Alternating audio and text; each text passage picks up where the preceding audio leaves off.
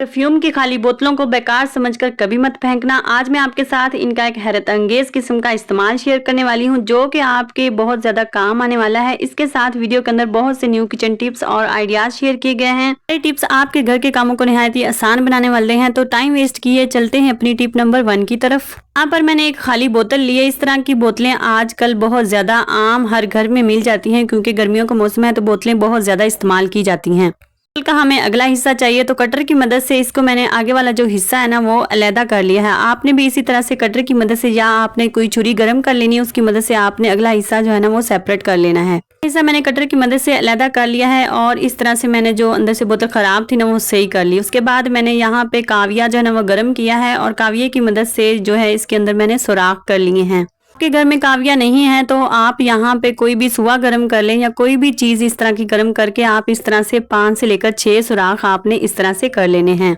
बाद मेरे पास यहाँ पे मेटल की बेंगल्स पड़ी थी जो कि पुरानी थी और इस्तेमाल नहीं हो रही थी, तो ये वाली मैंने ली हैं। और यहाँ पे आपके साथ में एक ऑर्गेनाइजर बनाकर शेयर करने वाली हूँ। आपने भी इस तरह का ऑर्गेनाइजर बनाना है तो आपने ये वाली जो बेकार चूड़ियां होती है जो मेटल की होती है आपने कभी भी नहीं फेंकनी और आपने इन्हें संभाल कर रख लेना है। यहाँ पे मैंने एक प्लास लिया है। प्लास की मदद से मैंने इस चूड़ी को दरमियान में से कट कर लिया है। इसी तरीके से सारी जितनी भी चूड़ियां है ना 5-6 मैंने इस्तेमाल करनी है, उन सबको मैं प्लास की मदद से इस तरह से कट कर लूंगी।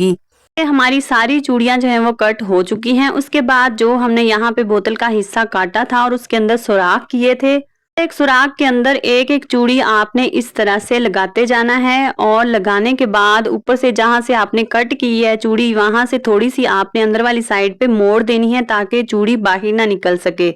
इसी तरह से जैसे मैं वीडियो के अंदर दिखा रही हूँ, आपने भी इसी तरह से सारी चूड़ियां जो है ना इस बोतल वाले हिस्से को जिसको हमने कट किया उसके अंदर लगा लेनी है। तो यहाँ पे मैं आपको दिखाती हूँ कि किस तरह से ये बनकर तैयार हुआ है, ये देखें। नेक्स्ट क्या करना है, आपने जो इसका ढक्कन है उसके अंदर भी आपने 2 सुराख कर लेने हैं और इन सुराखों के अंदर आपने धागा डाल लेना है।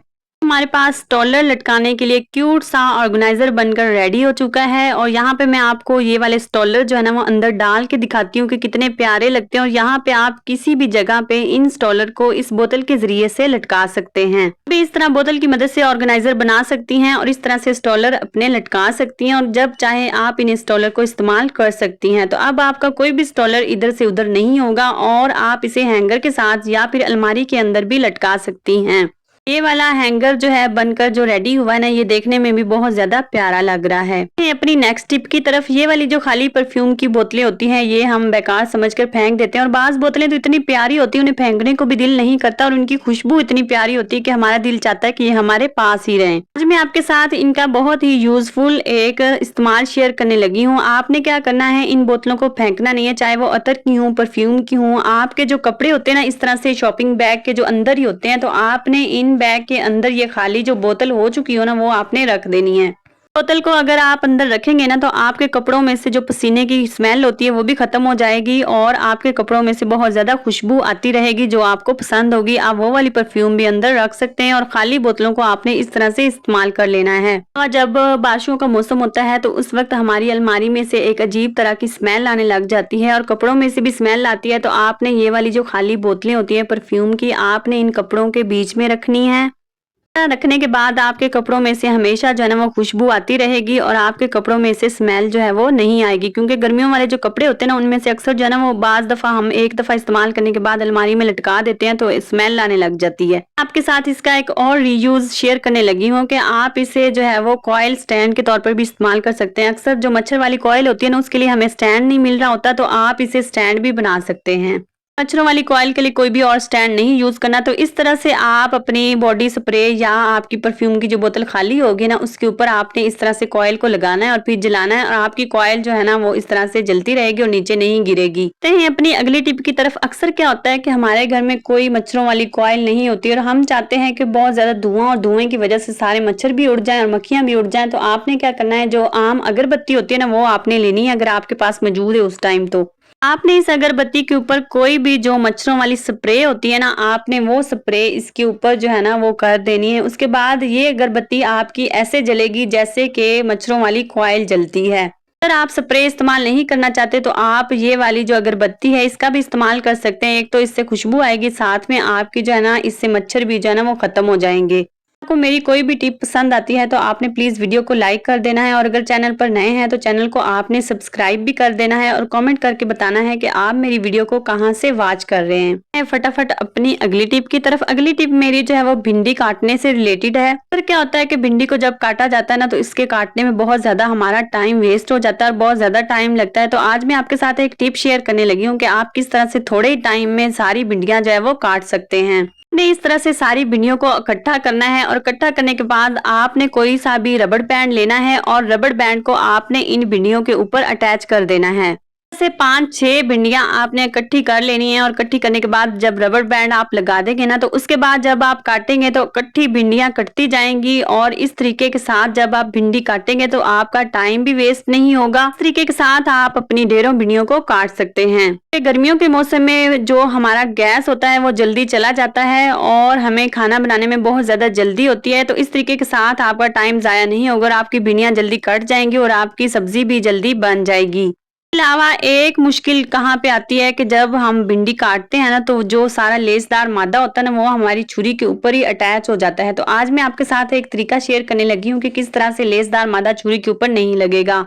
ये आपने भिंडी काटनी है ना, आपने थोड़ा सा नमक ले लेना है और इस नमक को आपने इस तरह छुरी के ऊपर लगा देना है। तो इस तरह छुरी के ऊपर जब आप नमक को लगाएंगे भिंडी काटेंगे तो आपकी भिंडी छुरी के साथ जो लेस होती है वो नहीं लगेगी और आराम से कटती जाएगी और भिंडी ऊपर ठहरेगी नहीं बल्कि आराम से जो है वो कटना शुरू हो जाएगी। देखिए मैंने छुरी के ऊपर जो है वो नमक लगाया था तो उसके बाद जब मैंने भिंडियों को काटा है ना तो हमारी छुरी के साथ भिंडियां अटैच नहीं हुई और आराम से कटती गई और छुरी भी हमारी साफ है।